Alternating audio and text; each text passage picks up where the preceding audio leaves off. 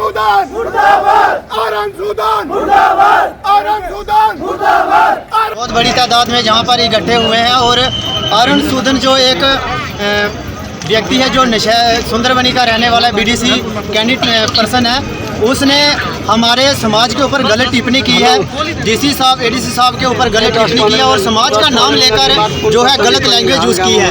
तो ऐसे व्यक्तियों के ऊपर सख्त से सख्त कार्रवाई होनी चाहिए, तुरंत गिरफ्तार होने चाहिए और ऐसे ओहदे के जो लायक नहीं है उस ओहदे से उनको डिसमिस करना चाहिए।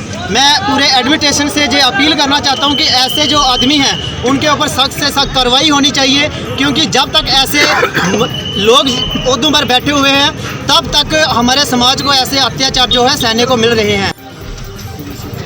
एसएसपी साहब, एडिशनल एसपी साहब और काफ़ी सारे ऑफिसर्स की शरेआम अनकॉन्स्टिट्यूशनल वर्ड इस्तेमाल करके उन्होंने जाति पर ना लैके उन्होंने गालियाँ दे रहे हैं,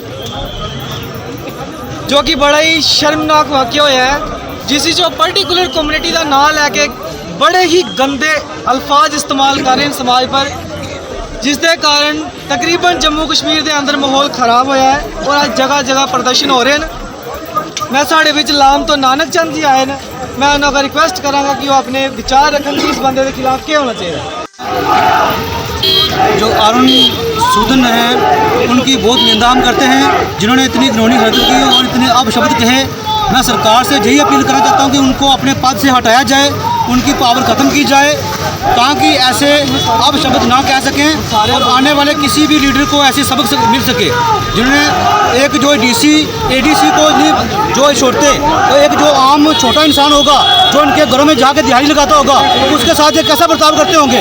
हम सोचते हैं कि आज भी भारत आज़ाद है पर इन लोगों के मानसिक जो है आज भी इनका जो दिमाग है आज भी ठीक नहीं है। ये मानसिक तौर पर जो है भारत को आज भी गुलाम बना के रखना चाहते हैं। तो संविधान का जो है उसका सही पालन नहीं कर रहे, इनकी परिवर्तन आना चाहिए और उसको अपनी पद से हटाया जाए, जल्दी से जल्दी इसको अरेस्ट किया जाए। जय भीम जय भारत।